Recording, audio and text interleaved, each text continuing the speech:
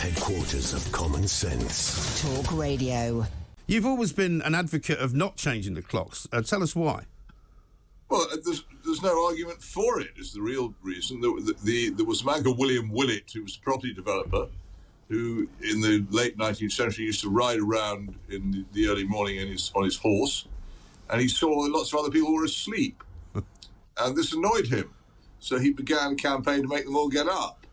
And nobody paid any attention.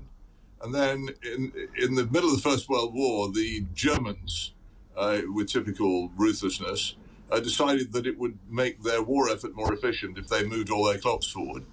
And so in a state of panic, the British House of Commons did the same thing. We've been stuck with it more or less ever since. There's never been any serious evidence it does it the slightest good. But because it's a habit and because of the inertia and general sort of crowd mentality of everybody, if you suggest at all that the whole thing is pointless and ought to be stopped, people treat you as if you're mad. It seems to me the crazy guy was William Willett. But is it the case, I mean, you'll probably know the answer to this, is it the case that most countries do it? I mean, certainly they do it in the USA, they do it in most of Europe, don't they? Most countries do all kinds of things, don't they? It's many of them completely inexplicable. It doesn't necessarily mean it's the right thing to do. Some countries don't. It's some American states don't. There are all these boosters constantly saying that if we, for instance, in summer, if the clocks are shoved forward, some people genuinely believe that it increases the amount of daylight, which is a bit like believing the Earth is flat. The amount of daylight remains the same. Other people say, well, if we have daylight later in the evening, people will go out and take part in open-air Shakespeare plays or spend their time playing tennis or generally recreating themselves. Well, what they will do is exactly what they would do anyway, which is either go to the pub or sit slumped at home in front of the TV. Yeah. It doesn't make any difference the way people behave. I think there are some people who actually think that if we do it, it will increase the takings at various commercial establishments. But again, there's no evidence that this actually happens. Is there not some argument made in Scotland that the children going to school in the morning have it lighter when the clocks go forward? Well, these bargains are made. The problem with that argument is, and I'm very sympathetic to it, is that during the 70s and 80s, children almost entirely stopped going to school on foot or on bicycles. One of the biggest social changes in this country was that people began to think the roads were too dangerous and started taking their children to school by car, which was the reason for the enormous traffic jam-ups in every British city at school arrival time and school going home time. Children no longer go to school. So it's a good argument, or would be, apart from that.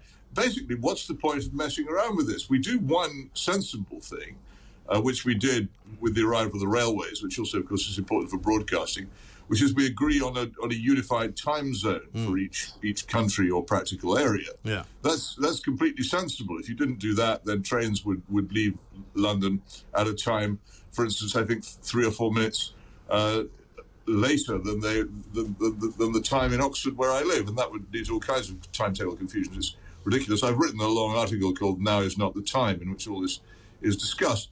But that's reasonable. But moving the British time so that you're actually observing the time of Berlin in Germany, it just seems to me to be an act of madness. Why would you do that? Time is a real thing. Noon is an actual event. The sun is in an actual physical relation to the surface of the Earth. And therefore, if you start saying that noon is 1 o'clock, you're fiddling around with measures. Now, if somebody said all speedometers would be calibrated to read 10 miles an hour faster than they really were, if your bathroom scales could be calibrated to tell you that you were thin when you were not, if all the other measures were messed around, people would think we'd gone completely doolally. You have to accept that reality is reality. But in this one instance, we actually do persuade ourselves of a complete untruth, that you can have extra daylight if you mess around with the clocks. And for me, the spring has been progressing rather beautifully for the past few weeks. The evenings have been drawing out and have been getting gently lighter, like a sort of gentle disrobing. And then we suddenly have this wild striptease when it gets lighter in the evening. But also, I am forced to go to work an hour earlier. Now, my employer would never ask me to do this. They wouldn't be interested it anyway, and they wouldn't dare. Yeah. But if people are told, oh, you've got to put your clock forward, they all obediently put their clocks forward and go to work an hour earlier. Now, why would you do that? But any attempt to suggest that this is ridiculous is met not with, yeah, you might have a point, but actual howls and shouts and expressions. Nobody will think, Mike, about anything. No, but that's where we are now, isn't it? I mean, if you think about anything, it's a sort of crime. But everybody's like that now about absolutely everything. I mean, even the Will Smith situation, which I'm sure you don't really have a view on or probably don't care about. Not especially. But you know, he's either a man that needs to be absolutely prosecuted to within an inch of his life and practically put in prison, or it's all a fake. You know, there's really no room for middle ground anymore on anything. Well, I wouldn't. It's a different sort of thing. I mean, here, as I often say, in the modern Western world, it's a huge disadvantage in any discussion on any subject to know anything about it. Yes. It's much better to be totally ignorant and to share the current prejudice and to join the crowd. Yes. I mean, I must say, you leave the crowd, nothing but howls and screams of insult and execration. No, listen. Well, luckily you've got broad shoulders and you've been well prepared for that over all manner of different issues, some of which we'll get to today. I must admit, I do quite like longer light in the evening. It suits me better. They aren't longer. They're exactly the same length. But it feels like it's light. The evenings are not longer. Well, let me tell you, when I lived in Scotland, I found it quite unnerving because in the winter months, it was practically never light at all. In Glasgow, it was light for maybe 2 hours a day. Some days it never really got light at all, and in the summertime it hardly ever got dark. But that's the problem with Scotland. I mean, it's like that. Yeah. As people say to me also, well, what about when it gets light at 4 o'clock in the morning? I say, well, it does get light at 4 o'clock in the morning. This is life. This is the world. This is the arrangement of things. Just the rain falls down vertically when it's wet. Get used to it. Don't try and con yourself into believing that you can make it not happen by fiddling around with the clocks and making everybody else. I get letters from people saying, but I'm a golfer and I really like the clocks going forward because it means I go more time. I said, all you need to do is get up an hour earlier. Then you don't need to bother me. But if you make me get up an hour earlier, I won't forgive you. Not ever. I just don't like getting up an hour brilliant. earlier. It's actually damaging. Yes. It is statistically shown that the number of heart attacks increases after the clocks go forward. Yeah. They do. Is that not maybe it's like jet lag? It's bad for people. Is it not possibly a symptom of people maybe doing more exercise or something? That's why they're having more heart attacks. No, it's very like jet lag. All of us have had jet lag, and even 1 hour of change can mess your circadian rhythms about quite a lot. There's no question this happens. And it doesn't happen when the clocks go back again to their natural time. All I know is that when I used to really hate it was when I used to do an overnight show on Talk Sport, and in the autumn I would do a show from 1 till 6 in the morning. I'd do the first hour, then I'd have to do it again. So actually it wasn't a 5-hour show, it was a 6-hour show. I said, can't we just play the first hour out and stay you actually did it on that night when the mysterious hour which vanishes into it was as if it never happened. Eternal time prison when the clocks go forward comes back. Yeah. I only began to understand this properly when I flew backwards over the international date line some years ago and lived an entire day twice. Do you know, that's a great question. I'm sorry to be so sort of... Siberia. Yeah. I was in Siberia and I flew from Providenia in Russia on Monday morning and arrived in Nome, Alaska the previous Sunday afternoon. It's great. Well, I used to on that very overnight show, I used to pose these kind of imponderable questions, such as, if you got on a Concorde in London and flew west around the world, would you eventually get back before you left? All I can tell you, this is again from personal experience, you could leave London at lunchtime and arrive in Washington, D.C. at lunchtime. Yes. Jolly nice. Yes, it was amazing.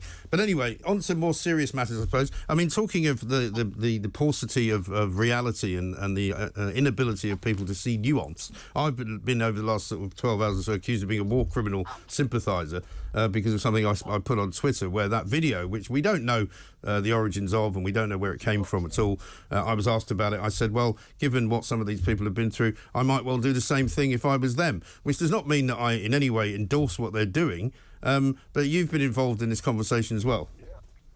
Well, I think you have to be very careful with this sort of thing. Of course, one of the terrible things about war especially the sort of semi-civil war, as I think the current conflict between the Ukrainians and the Russian invaders is, because they're people who speak either the same language or a very similar one, have very similar culture. The trouble with war is that it causes people to tear away the normal restraints and to behave in disgusting ways. Most of us, I think, if we're honest with ourselves, know that we are capable of acts of cruelty and savagery and unmerciful behavior, but we hope very much that we never do this, and that we should be restrained from doing it. And I think it really is very important in times like these to make sure that wars which are bad enough, even if they're conducted according to the laws of war, don't spill over into worse. And people say, well, these Geneva Conventions, so what? And there are always massacres of prisoners of war. It's true. Terrible things have been done by both sides in war, but the truth is that those who were captured by the powers which had signed the Geneva Conventions in World War II were treated far better than those who were captured by those powers, such as Japan and the Soviet Union, which had not signed. And I think we should always be on the side of civilization this way. I think it's very dangerous to let ourselves be carried away. This is half my problem about the debate about this war at the moment, is that it's becoming hysterical, that people are losing a sense of proportion, and they're treating it as if it was a cartoon battle between good and evil. Frankly, there's more nuance in the Batman strips than a lot of the coverage of what's going on at the moment. It is not that simple. And also, I have to say that once a soldier has surrendered, having been defeated in battle, then he needs to be treated humanely. It could happen to the sons, brothers, fathers of many people who have not, in most cases, chosen to go into that war. They're under the command of other people. We have to be very careful what we license against our enemies, because I absolutely promise you that if we allow it to be done to our enemies, we are allowing it to be done to ourselves. And that's what half the problem. I actually believe in absolute morality. There are some things which are totally wrong at all times and which you cannot do.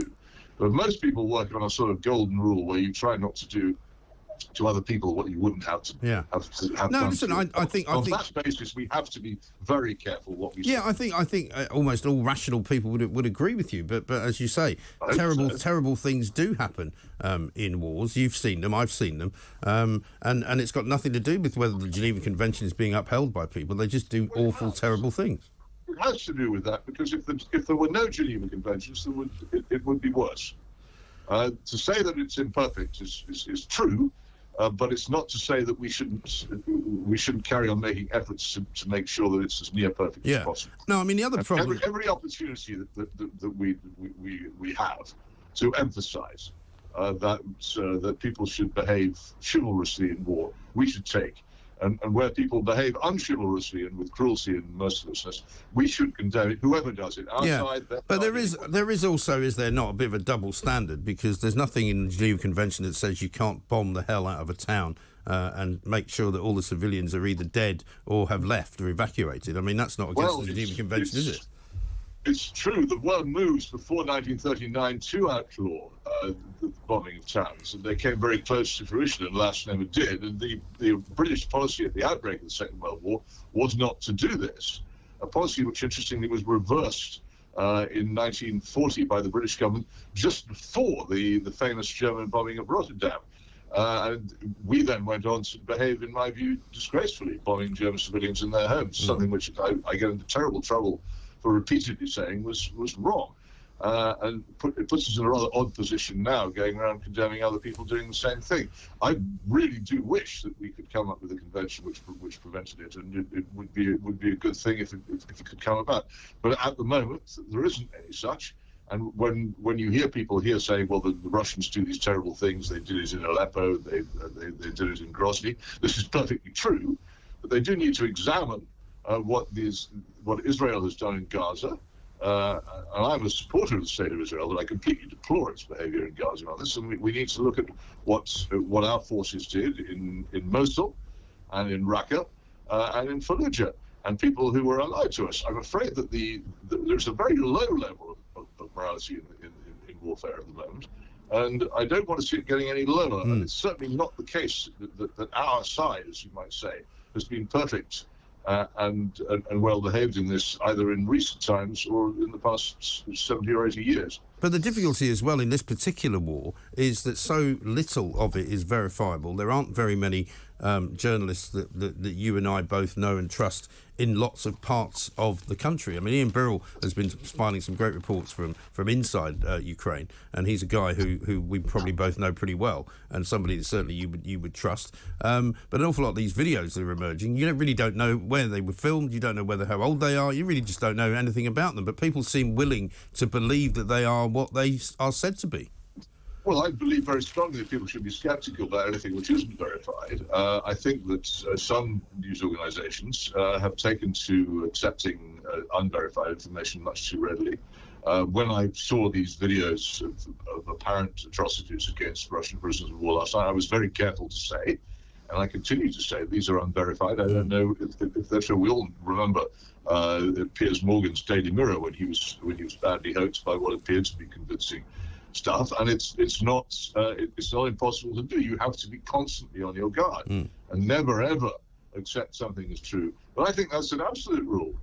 Again, it may suit a lot of people currently to believe claims of atrocities that the Russians have perpetrated, and it may well be the Russians have perpetrated them. But until we know, we should be careful to record these as allegations. We should also remember in this particular war that it really began in 2014. And that there is no doubt from United Nations reports that both the Ukrainians and the Russians have committed what I regard as atrocities against civilians in the war in the East. And this has been going on for a very long time, largely unreported by Western media. And the simple realization of that, I think, should help us to restrain ourselves from saying that only one side has done bad things in this war or will do bad things, because it's not true. And there are lots of other complications as well, which people do need to think about. Yes. Well, anyone who's been anywhere... If we get the temperature down, we might move towards something approaching peace. And yes. That's the only hope for the civilians in this, who would imagine being one of these people, bombed out of your home, driven onto the open roads where you could be bombed again, homeless, hurrying abroad to a country where you don't speak the language, no idea when you're ever going to get home, quite possibly injured into the bargain. This is intolerable to think this is happening to anybody if you're living on the same planet. And we must, I think, work as hard as we can in any way available to us to make sure this comes to an end as soon as possible. Yes. The only mercy in war is a swift end. And we must be careful not to crank things up and increase the warlike mood, and which could actually spread this war. Well, you might want to have a word with Joe Biden, who seems to think it's a great idea to come out and say that Vladimir Putin must be removed from power. It's distressing. I've always had quite a soft spot for Joe Biden, who I think as a man and a politician has been quite interesting. But I think we see now somebody who appears to be in decline, and it is distressing to watch it, and it makes you wonder who really is in charge of the clattering train. Again, if it were to widen into an attempt at regime change in Russia, that could lead to all kinds of other grave complications. And if Putin falls, would Russia as a country even survive? No, quite. Or would it, as was suggested by Edward Lucas, an interesting piece in the Times today, would Russia actually break up into disparate parts? Would that mean better times, or would that mean even greater chaos in a rather dangerous area? I don't know, but we're playing with fire. Yeah, very so much. don't pour petrol on it. Very much. We've only literally got a minute left, Peter.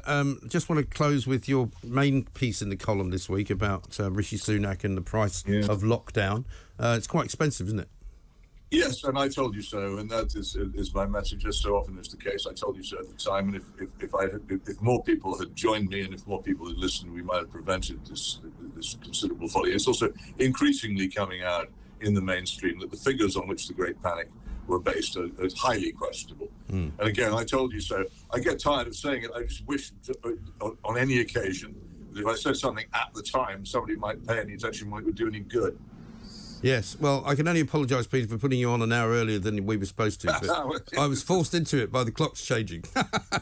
Good talk. Hot talk. Bold talk. Talk radio. Listen on your smart speaker. Watch it live on your smart TV. The world headquarters of common sense. Talk Radio.